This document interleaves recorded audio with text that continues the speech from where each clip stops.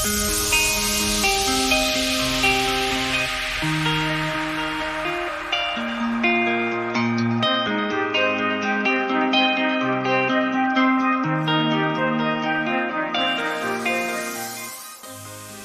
everyone! Welcome to the next episode of The Adventures of Artemis and Athena.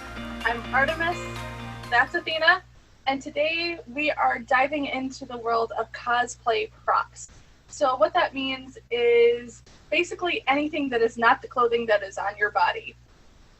I mean, that can come from jewelry to the thing that wears on your head, whether that is a hat, that is a wig, that is a helmet, that is a weird laku, like, am I a silver one? A combination of all of it. It's the hand props, it's the bracelets, it's anything that you have to create in order to make that character real for you. Right. And that it's interesting because so many of male characters are readily available in mass production in a lot of ways. You go down the toy aisle and you have Star Wars, you have Transformers, you have Marvel, you have DC. They have all like the little gadgets that you need for someone to do a basic cosplay. And you go down the lady aisle and you're like, there's nothing. Great. Maybe there's a wand for Harry Potter. Maybe Hermione's wand is there, but it's just Hermione's. You'd be hard-pressed without a specialty store to find Luna, or Queenie, or Tina, or anyone else. Maybe you'll see Wonder Woman. Maybe. If her movie is out and be promoted. Same with Black Widow. Same with Marvel. Captain Marvel. Peggy's not there at all. Peggy is not represented. And Shuri, I didn't even really see Shuri's little claws. And I thought those were cool. And I think that's a disservice to not only cosplayers, but little girls and little boys everywhere. So we've had to build it as ladies, and we want to cosplay, so we have to teach ourselves. And there are some amazing women who are building some insane props. Like, just go on, like, a cosplay hashtag on Instagram or TikTok, and your mind will just explode. There are so many amazing female cosplayers out there. And yes, we are kind of gaining momentum as of right now, but it is still very much a male-dominated community. And you see most of the big cosplay props are being produced by men right now. Mm-hmm. We're starting to see, all of these amazing cosplay prop makers that are women, and they're badass women. And it's just so cool to see how much we're evolving, and everything that we're having to learn is helping us gain momentum. It's taking ownership and saying, I want to be this character. There is not this prop hanging out there for me. I can't go to the store. I can't really Google it on Amazon. Yes. So I need to make it. And if you can find it on Amazon, it's hella expensive. Or it's like discontinued. Right. Or you're trying to look on eBay and that's like 3 times the price. Yes. And that's frustrating as a lady. And for me, I typically cosplay Peggy Carter. That is my lady. She has always been a source of strength for me. And there's nothing out there. I've had to buy a wig that I'm wearing. I've had to learn how to style it. I had to create her hat because the one that I wanted was $300, and I was not willing to spend $300 on a hat that I was only going to wear a couple of times. On a hat, y'all. On a hat. Think about that. And how easy is it for someone who is doing, on the flip side of Peggy, Captain America? Yes, the prop replica metal shield is expensive. Yes. All the prop replicas are expensive regardless of male or female. Doesn't matter. They're prop replicas. They're crazy. Yeah. But a Captain America cosplayer can go down the toy aisle or go Get to a the plastic Disney one. store and get a good looking plastic one for what? Maybe tops 30, 40 if you get a really nice one in the 50, 60 range. That's not Yeah. $300 for a hat, FYI.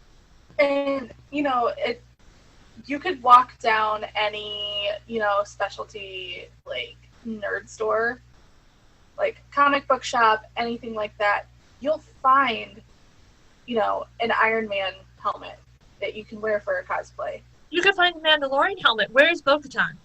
Where's Sabine Wren? Like, I am doing a mashup of Wonder Woman and the Mandalorian, and I couldn't even find a Sabine Wren or a Bo-Katan to take and modify. I had to take speckle and cardboard and use and create it. Whereas a man who's creating his own original Mando, they're called Mandos, FYI, Mandos, can go and buy, especially right now, I saw a blank Mandalorian helmet, so you can really stylize it how you want it. They can go buy that. It's like $150, but they can do that. Where's my Yeah. Bo-Katan? Where's my Sabine Wren? And I think that calls into question, the production companies, the marketing teams. Yes, males are more prevalent in Star Wars, in, the Marvel, the DC. In almost anything superhero.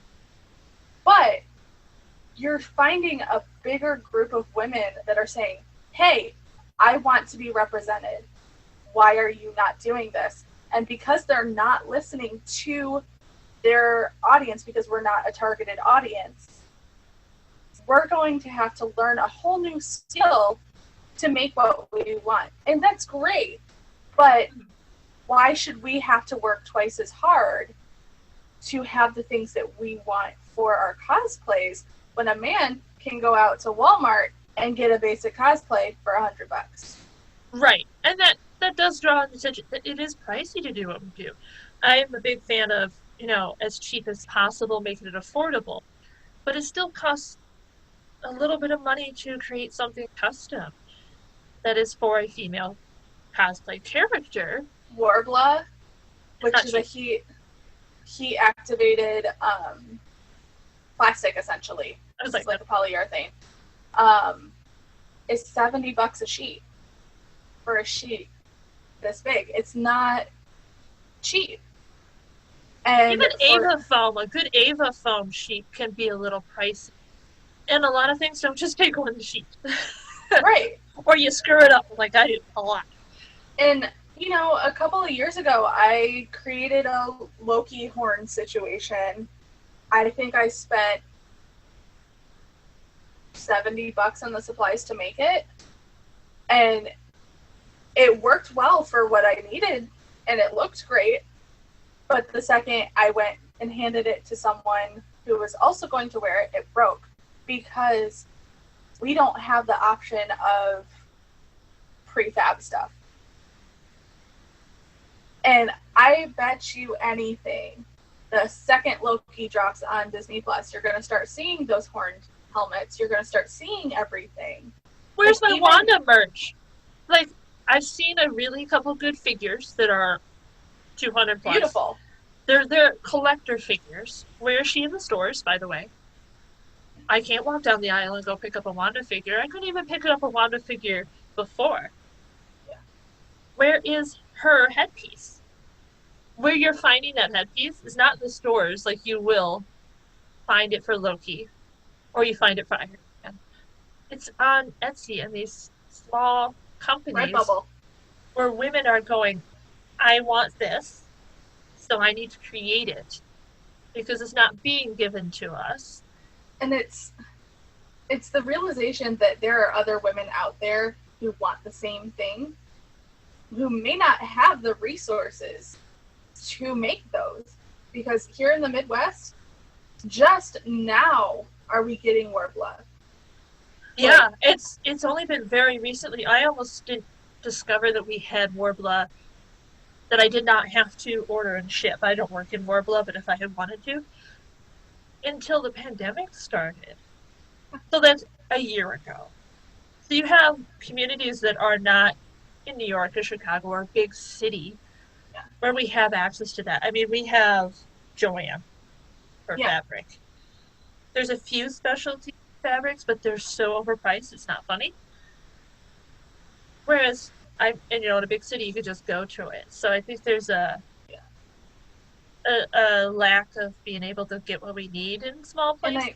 I mean, even here, like up until a couple years ago, we had a great like niche costume shop That's right. that, and it shut down because no one was buying anything.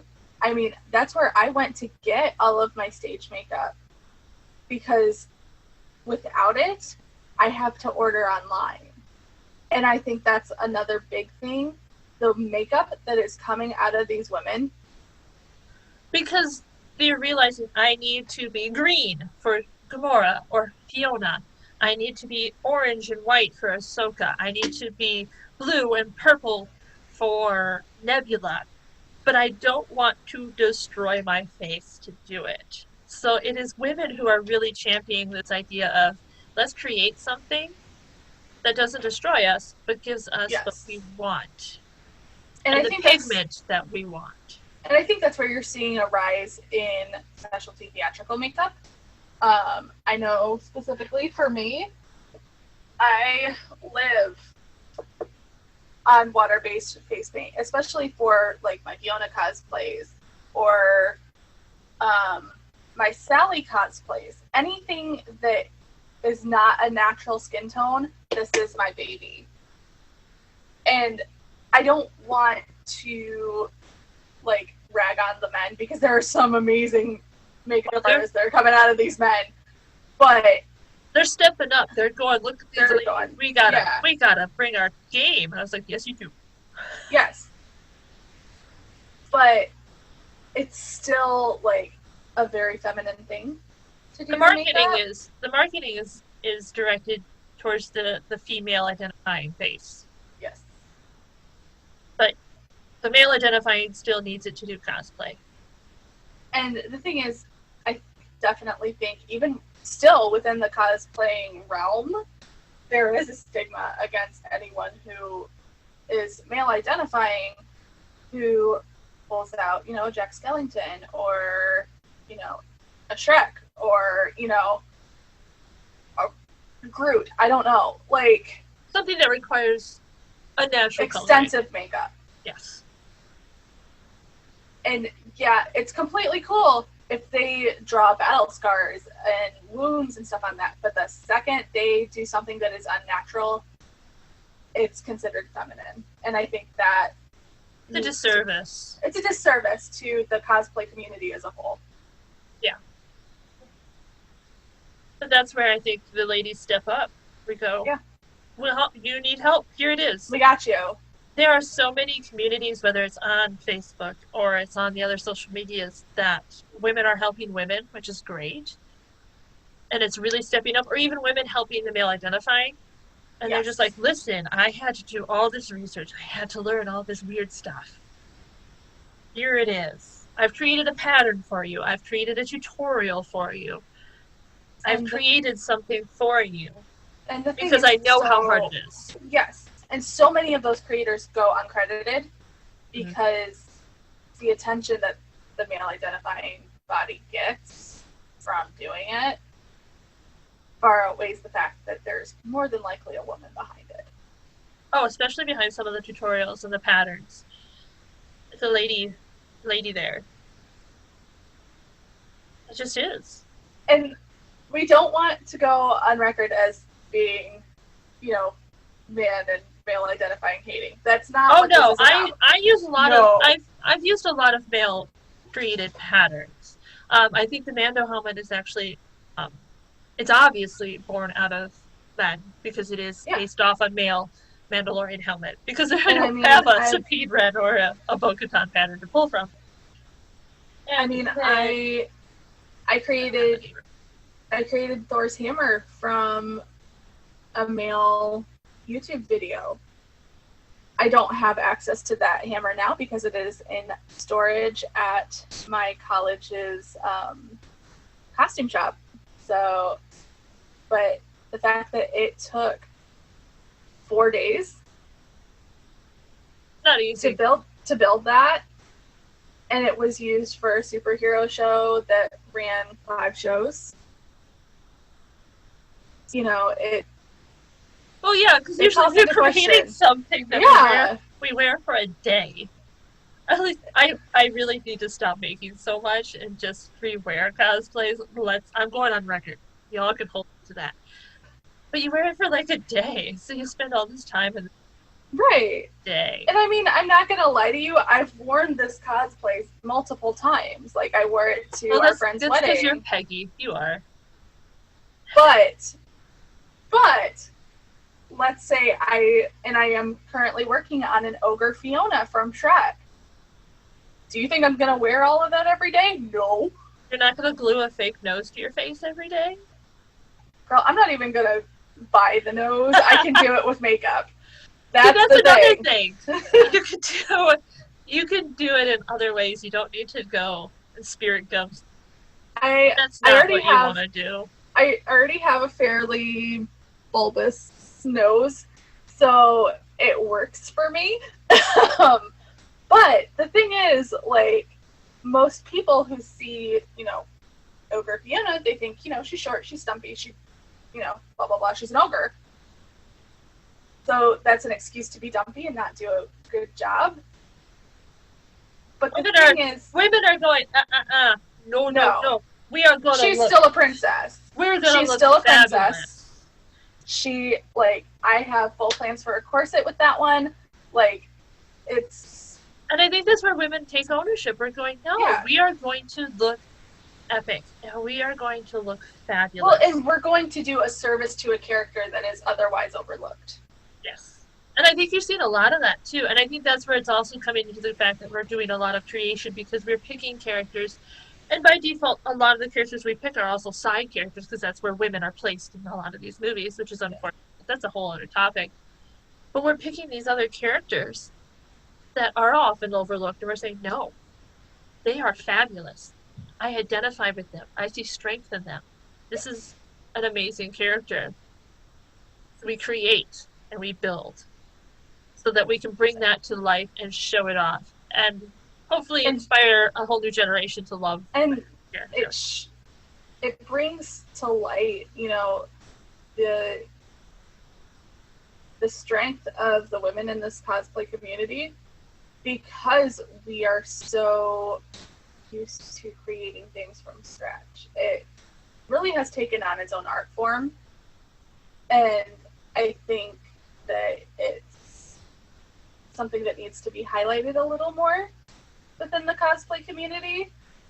And I think that's where you and I come in, and we have this platform to say, hey, go check out this awesome gal. She's building wings that are hydraulics, or something like that, something that is traditionally a male-dominated society, and we're taking it by storm. And that's so cool, and I'm so excited. I could talk forever about it.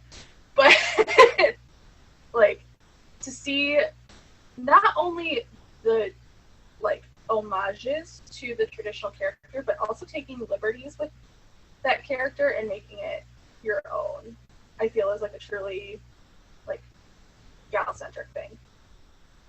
We definitely do that. I think we definitely take something and we go, we're going to tweak it, or we're going to do this. We're going to make it fit. Yeah. So it's a great renaissance of female creation in what was typically thought of as a male-dominated field. And I'm excited. And I think when we're able to come back and do in-person cons and events again, I think you're gonna see this huge resurgence of female creators because we've literally had a year to sit and plan and create and build. And I think that is going to really it's going to be exciting. It's going to be exciting because you're going to see some amazing pieces of art, and I say art because that's what it is. You're not you're going to see the costumes, yeah. But first and foremost, those pieces are pieces of art. Mm-hmm. I'm going to have a cosplay list so long just because I'm going to be so inspired. It's going to be like, let me just roll the scroll out. But, yay! Costume props! We're definitely going to try to share some of our favorites that we follow. It's not even going to touch on half of the favorites that we follow, but we're definitely going to try to highlight it because it's fun, it's informative, it's gorgeous, and they deserve it. So you're going to want to follow, you're going to want to subscribe, and you're going to want to hit that like button to keep up to date on everything that we're doing. And then I'm going to put a card kind of up in here, and that will link you to last week's episode so that you know what we're talking about. So, until next time, I'm Artemis. I'm Athena. And we will see you all later. Bye, guys.